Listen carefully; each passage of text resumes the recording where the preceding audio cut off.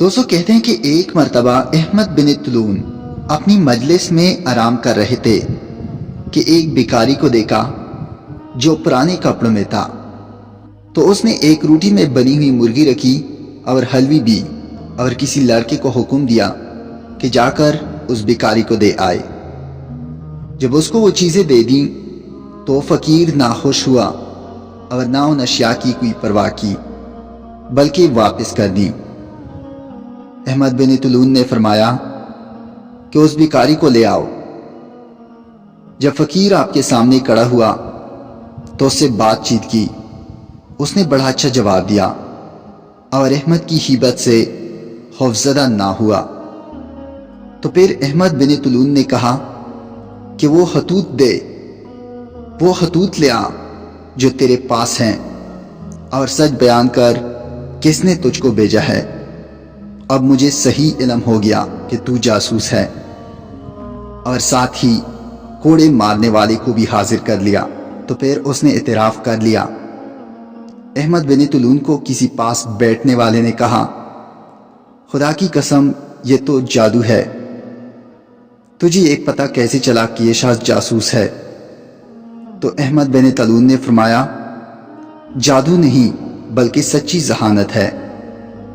میں نے اس کی بری حالت کو دیکھا تو ایسا کانا بھیجا کہ بھوکے لوگ ٹوٹ پڑیں، لیکن اس نے بے پرواہی کی، یہاں تک کہ نہ اپنا ہاتھ اس کی طرف بڑھایا اور نہ ہی ہوش ہوا بلکہ واپس کیا۔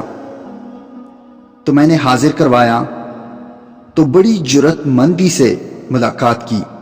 جب میں نے اس کی بری حالت اور جرات مندی کو دیکھا تو میں نے جان لیا کہ یہ 100% جاسوس ہے۔ تو اسی طرح احمد بن طولون کی ذہانت کے حوالے سے ایک اور واقعہ بہت مشہور ہے۔ کہتے ہیں کہ احمد بن طولون نے ایک دن کسی بوجھ اٹھانے والے کو دیکھا کہ ایک صندوق اٹھایا ہوا ہے اور اس کے نیچے بہت پریشان ہے۔ تو اس نے فرمایا، اگر یہ پریشانی بوجھ کی وجہ سے ہوتی تو اس کی گردن پھولتی، حالانکہ میں اس کی گردن صحیح دیکھ رہا ہوں، اور یہ معاملہ صرف کسی خوف کی وجہ سے ہے۔ تو احمد نے اس شخص کو فوراً صندوق کھولنے کا حکم دیا۔